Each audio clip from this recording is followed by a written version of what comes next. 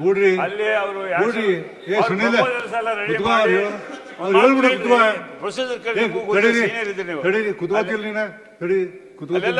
Procedure ಪ್ರಕಾರ plan ಮಾಡಿ total ರಾಜ್ಯಪಾಲರಿಗೆ ಕಳಿಸಿದ್ದಾರೆ. ಈ ವರ್ಷ ಬಜೆಟ್ನಲ್ಲಿ 5,000 ಕೋಟಿ ಆಗಿದೆ.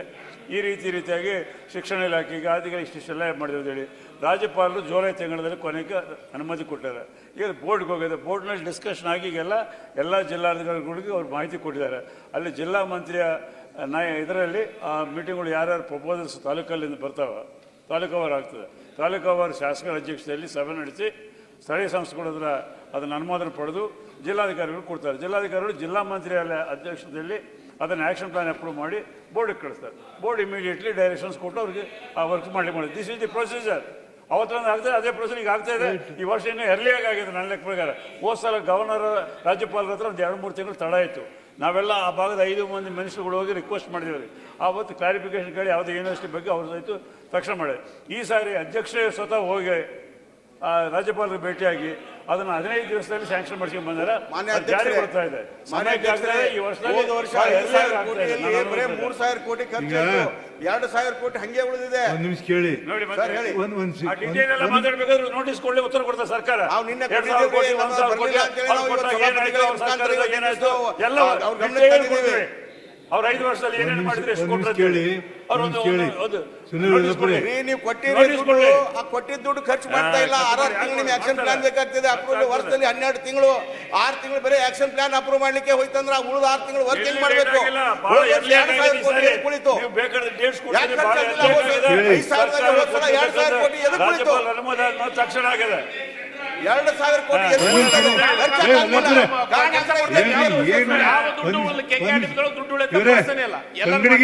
ತಂಗಡಿಗೆ ನೋಡಿ, ನೀವು ರೇಸ್ ಮಾಡಿದಿರಿ, ಸರ್ಕಾರ ಉತ್ತರ ಕೊಟ್ಟಿರ್ತಿ. whatever statement given by the minister on the floor ಇದು ಗೌರ್ಮೆಂಟ್ ಸ್ಟೇಟ್ಮೆಂಟ್. ಅವ್ರು ಸ್ಟೇಟ್ಮೆಂಟ್ ಕೊಟ್ಟಾರಂದಾಗ ಸುಳ್ಳು ಹೇಳಕ್ ಬರಂಗಿಲ್ಲ. ಕೊಟ್ಟಿದ್ದಾರೆ, ವೆರಿಫೈ ಮಾಡ್ಕೊರಿ. ಅದು ಹೆಚ್ಚು ಕಡಿಮೆ ಇದ್ರೆ ನನಗೆ ಹೇಳಿ ನಾನು ಸರಿಪಡ್ತೀನಿ. ಕೊಟ್ಟಿದ್ದಾರೆ ಇಲ್ಲ ಅವರಿಗೆ, ತಂಗಡಿಗೆ ಅವ್ರು ಕೊಟ್ಟಾರೆ, ಕೊಟ್ಟಿದ್ದಾರೆ. ಮಲೆನಾಡು ಅಭಿವೃದ್ಧಿಯಲ್ಲಿ ವಿಧಾನ ಪರಿಷತ್ತಿನ ಸದಸ್ಯರಿಗೆ ಇಷ್ಟು ಹಣ ಅಂತ ಕೊಡ್ತಾರೆ, ಅಂದ್ರೆ ಡೆವಲಪ್ಮೆಂಟ್ಗಾಗಿ. ಅದೇ ಕಲ್ಯಾಣ ಕರ್ನಾಟಕದಾಗ ಯಾಕೆ ಕೊಡೋದಿಲ್ಲ?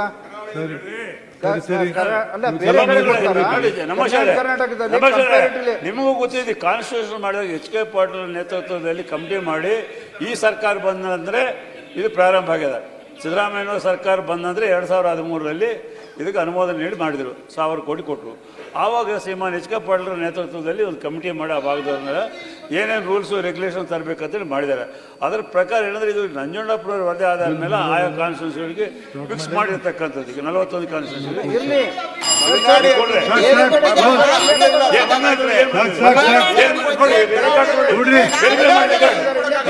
ಯಾವ ಪ್ರಾರಂಭ ಆಗಿದೆ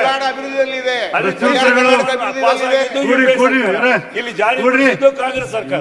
ಅವರ ಕೂತ್ಕೊಳ್ರಿ ಇವರೇ ಸುಧಾಕರ್ ಸಾಕು, ಅವ್ರಿಗೆ ಹೇಳಿರಿ, ಕೇಳಿದೀನಿ ಎಲ್ಲ ಸರಿ. ಪ್ರಶ್ನೋತ್ತರಗಳು. ಭಾರತಿ ಶೆಟ್ಟಿ ವರ್ಗಾವಣೆ ಆಗಿದೆ. ಹೇಳಿಲ್ಲ ಸರ್, ಉತ್ತರ ಕೊಡ್ಲಿಲ್ಲ ಸರ್. ಗಣೇಶದ ಬಗ್ಗೆ ನಮ್ಮ ಕಡೆ ರಿಸ್ಟ್ರಿಕ್ಷನ್ ಹಾಕಿದಾರ, ಅದು ಆದೇಶ ಮಾಡ್ತೀನಿ ಅಂತ ಹೇಳಿ ಇಡೀ ರಾಜ್ಯಕ್ಕೆ ಈಗಾಗಲೇ ಹೇಳಿದೀವಿ. ರಾಜ್ಯಕ್ಕೆ ಹೇಳಿ ಬಿಡಿ, ಒಂದು ನಿಮಿಷ ಹೇಳಕರೆ ಬಿಡ್ರಿ ಅವರಿಗೆ. ಸರ್, ರಾಜ್ಯಕ್ಕೆ ಒಂದು ಕಾನೂನು ಇರಲಿ. ಪ್ರತಿಯೊಬ್ಬ ಡಿಸಿಗಳು ಅವರವರ ತೀರ್ಮಾನ ಅಂತಂತಂದ್ರೆ ತಪ್ಪಾಗತ್ತೆ. ಈಗ ಅವ್ರು ಎತ್ತಿರ್ತಕ್ಕಂಥ ಪ್ರಶ್ನೆ ಏನು ಅಂತಂದ್ರೆ, ನಾವು ಅನೇಕ ಬಾರಿ ಗುಲ್ಬರ್ಗಾಗೆ ಹೋಗಿದ್ದೇವೆ. ಅದು ಒಂದು ರೀತಿ ರಿಪಬ್ಲಿಕ್ ಆಫ್ ಗುಲ್ಬರ್ಗಾ ಆಗಿದೆ. ಅದರಿಂದಾಗಿ ಅಲ್ಲಿ ಕಾನೂನುಗಳೇ ಬೇರೆ ಆಗ್ತವೆ, ಆ ಕಾರಣದಿಂದ ಯಾಕೆ ಆ ರೀತಿ ಆಗಿದೆ ಅಂದ್ರೆ ಅದಕ್ಕೆ ದೊಡ್ಡ ಹೋರಾಟ ಅದರಿಂದಾಗಿ ಕಾನೂನು ಎಲ್ಲ ಕಡೆಯೂ ಒಂದೇ ಇರಲಿ. ಅದರಿಂದ ಈ ರೀತಿ ರಿಸ್ಟ್ರಿಕ್ಷನ್ಸ್ ಬೇಡ. ನಮ್ಮ ಹಬ್ಬಗಳನ್ನ ಕೊಂಡಾಡ್ಲಿಕ್ಕೆ ನಾವೇನ್ ಪರ್ಮಿಷನ್ ತಗೋಬೇಕಾ ಸರ್? ಬಳ್ಳಾರಿ ರಿಪಬ್ಲಿಕ್ ಇದು ಅಂತ ಹೇಳಿಲ್ಲ, ಈಗಲ್ಲ ಅಲ್ಲ ಹೇಳ್ತಿದ್ರಲ್ಲ ನೀವು ಹೇಳ್ತಿದ್ರಿ. ನಾಗರಾಜ್ ಈಗ ಹೇಳಿದ್ದಾರೆ, ಇಡೀ ರಾಜ್ಯದಲ್ಲಿ ಎಲ್ಲರಿಗೂ ಒಂದೇ ಕಾನೂನು ಇರಬೇಕಂತ ಹೇಳ್ತಾರೆ. ಒಂದೇ ಕಾನೂನು ಮಾಡಿ ಇಷ್ಟೇ.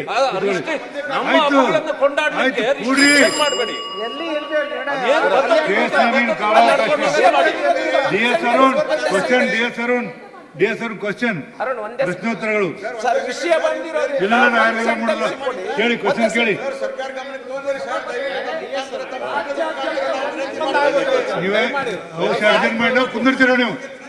ಕೊಡ್ರಿ ಏನ್ ಎಷ್ಟು ಸಾರಿ ಕೇಳ್ಬೇಕು ನಿಮ್ಮ ಮಾತ.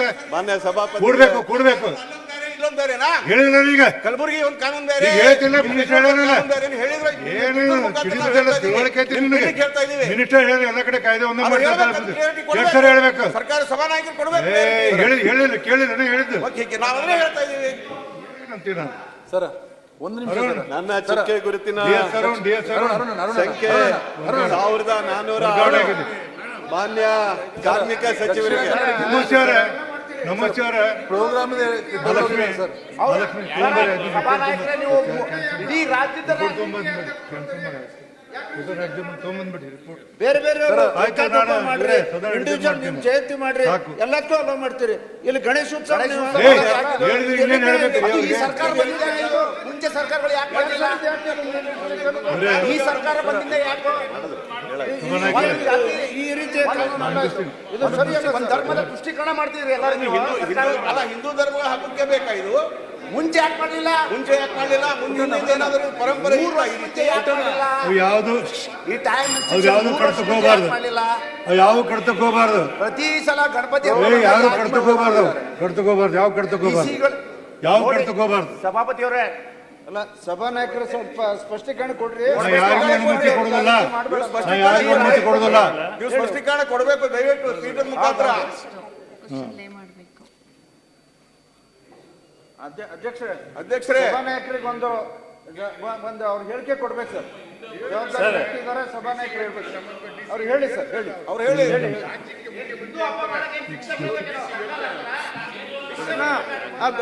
ಬ್ರಿಟಿಷರ್ ಮಾಡಿಲ್ರಿ, ಬ್ರಿಟಿಷರ್ ಮಾಡಿಲ್ಲ, ನೀವೇ ಮಾಡ್ತೀರಿ ಅಂತದ್ದು ಪ್ರೋಗ್ರಾಮ್ ಇಂದ. ಅಲ್ಲ, ಬ್ರಿಟಿಷರ್ ಮಾಡ್ಲಪ್ಪ ಅಂತ ಹೇಳ್ತಾರ, ನೀವೇ ಕಂಡ್ರೆ ಏನ್ ಬ್ರಿಟಿಷರ್ ಈಗ ವಿರೋಧ ಪಕ್ಷ ನಾಯಕರ ನಾ ಹೇಳ್ತೀನಿ.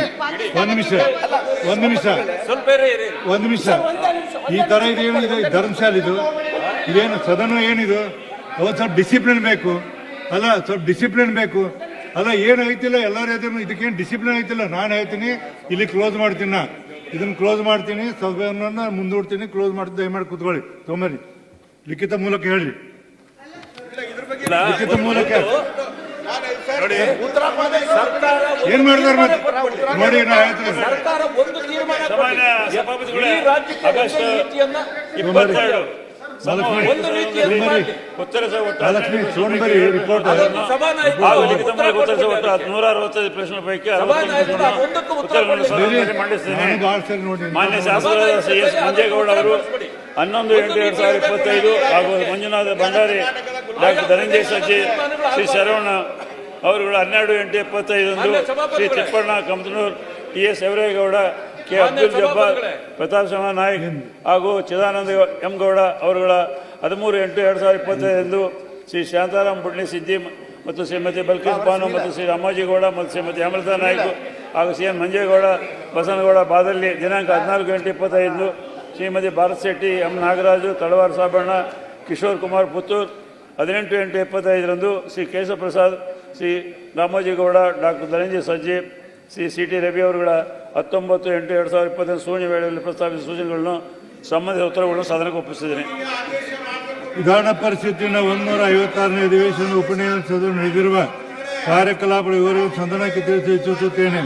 ಪ್ರಸ್ತುತ ಅಧಿವೇಶನವು ದಿನಾಂಕ 11/8/25ರಿಂದ 22/8/25 ಒಟ್ಟು 9 ದಿನ, ಅಂದರೆ 55 ಗಂಟೆ 25 ನಿಮಿಷ ಕಾಲಕ್ಕೆ ನಡೆಸಲಾಗುತ್ತದೆ. ಪ್ರತಿ ಅಧಿವೇಶನ ಪ್ರಾರಂಭದಲ್ಲಿ ಸಂವಿಧಾನದ ಪೀಠಿಕೆಯನ್ನು ಎಲ್ಲ ಮಾನ್ಯ ಶಾಸಕರು ಓದಬೇಕೆಂದು ನಿರತವಾಗಿರುವ ರೀತಿಯ ಪ್ರಸ್ತುತ ಅಧಿವೇಶನದ ಮೊದಲ ದಿನ ಉಪನ್ಯಾಸದಲ್ಲಿ ಎಲ್ಲ ಮಾನ್ಯ ಶಾಸಕರಿಂದ ಸಂವಿಧಾನ ಪೀಠಿಕೆಯನ್ನು ಪಠಣ ಮಾಡಲಾಯಿತು. ಕಳೆದ ಅಧಿವೇಶನದೊಳಗೆ ನಿಧನರಾದ ಒಟ್ಟು 11 ಗಣ್ಯರಿಗೆ ಸದನವು ತನ್ನ ಸಂತಾಪ ವ್ಯಕ್ತಪಡಿಸಿತು.